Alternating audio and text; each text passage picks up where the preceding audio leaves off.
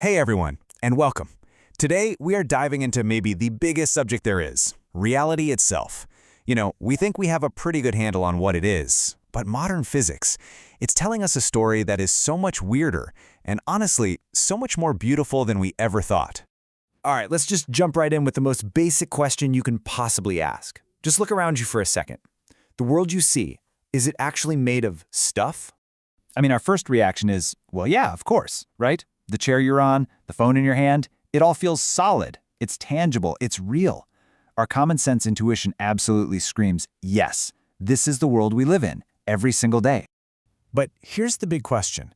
What if that feeling, that sense of solid stuff, is just an illusion? What if the universe isn't built from tiny little bricks at all? What if instead it's all about information, and reality is simply the collection of patterns that manage to stick around? Okay, let's really get into this. To wrap our heads around this wild new idea, we first have to appreciate the picture of the universe we all kind of grew up with, the classical one. You can think of it like the world is this grand cosmic stage. So this intuitive picture is awesome because it's so simple and it works so well.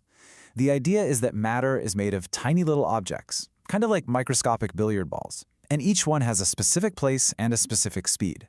Then you have forces pushing and pulling them around, and energy is just the fuel that makes it all go. Simple, right? Space is the stage, matter is the actors, and physics is the script they follow. And look, I want to be super clear, this model is incredibly successful. We use these ideas to build bridges, to fly planes, to send rovers to Mars. It works spectacularly well. So if it's not broken, why on earth are we trying to fix it?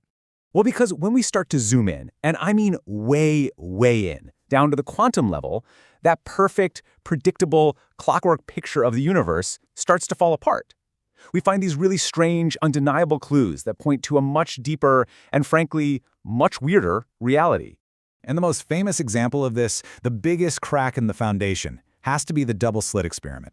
It's wild. When you shoot a single particle, say an electron, at a barrier with two slits in it, something happens that just shouldn't be possible. The electron doesn't just go through one slit or the other. It acts like it goes through both at the exact same time. It's like it explores all these different paths at once and only chooses where to land when we actually measure it. The whole idea of a particle having one definite path just evaporates. So what does this all mean? Well, it forces us to accept a pretty shocking conclusion. Particles aren't the solid, permanent things we thought they were. They're more like temporary ripples. They're long-lived excitations in some deeper, underlying field. The classical world we see is just a blurry approximation of what's really going on underneath. So if our old rule book is basically shredded, what are the new rules? And this, for me, is where things get so cool. Let's just toss out our old assumptions for a minute, and let's try to rebuild our whole picture of the universe from the ground up, using these new quantum clues. All right, the first major shift we have to make is how we think about matter. The old idea? Matter is the fundamental stuff, the building block of everything. The new idea? Matter isn't a substance at all. It's a stable pattern. The perfect way to picture this is to think of a ripple in a pond. That ripple moves, it interacts with other ripples, it has properties, but the ripple isn't a separate thing made of something different. It's just a pattern, a stable excitation of the water itself. In this new view, particles are exactly like that. Okay, the second big shift is our idea of energy. And this one is even more profound. We're used to thinking of energy as just cosmic fuel, right? It's the juice that makes things go. The new idea is, whoa, it's that energy is the very thing that generates the flow of time. It's what keeps the universe's clock ticking forward. But wait a second. This brings up a huge, glaring question, right? If particles are just these fuzzy patterns taking all sorts of paths at once, then why do big things in our world, like, say, a baseball, follow such clean, predictable paths? You throw a ball, it makes a perfect arc. Why? The quantum answer to this is, well, it's absolutely mind-bending. Deep down, that baseball doesn't take just one path from your hand to the ground. It takes every single possible path, all at the same time. The perfect arc we see, a crazy looping path, a path that zips out to the moon and back first, all of them are happening at once in this massive superposition of possibilities.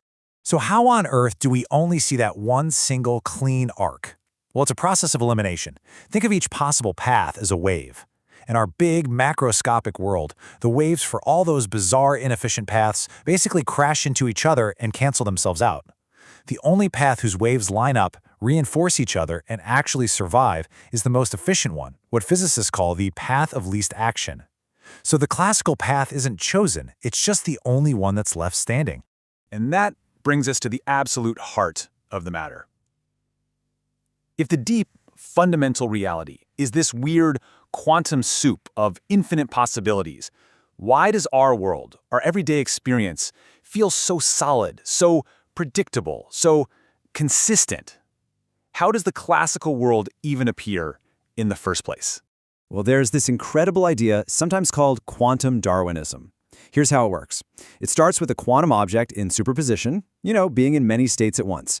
Now, if it just stayed that way, you and I could look at it and get totally contradictory information, which would make a shared reality impossible. But the environment, the air, the light, everything around it, steps in. It interacts with the object and basically makes tons and tons of copies of information about its state.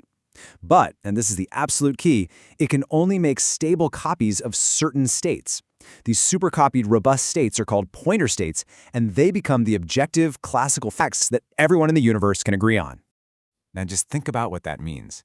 Our shared, solid reality exists not because it's the only one that's possible, but because it's the only version of events that is stable and consistent enough to be copied over and over and over again, so that multiple observers can all agree on it. In a very real sense, reality is a consensus. This just completely flips our whole picture of the universe on its head. We're not just seeing some blurry approximation of a deeper world, we're seeing something else. We're seeing the public face of that much deeper reality. So let's just pull all of this together. Our gut feeling, our intuitive picture, it wasn't wrong, it was just emergent. Matter isn't fundamental stuff, it's a stable excitation pattern. Energy isn't just fuel, it's the engine of time itself. Objects follow the path of least action because that's the only path that survives quantum interference. And classical physics, the very rules we thought were fundamental, they're not. They emerge from this deep underlying need for consistency. To put it as simply as possible, the classical world that we see and touch and live in, it isn't the fundamental reality. It's the consistent, shareable core that emerges from it. It's the public face of quantum mechanics. And that leaves us with one final, absolutely mind-bending idea to chew on. We've just seen how the classical laws we rely on might just emerge from a deeper process of filtering for consistency. So, what's next?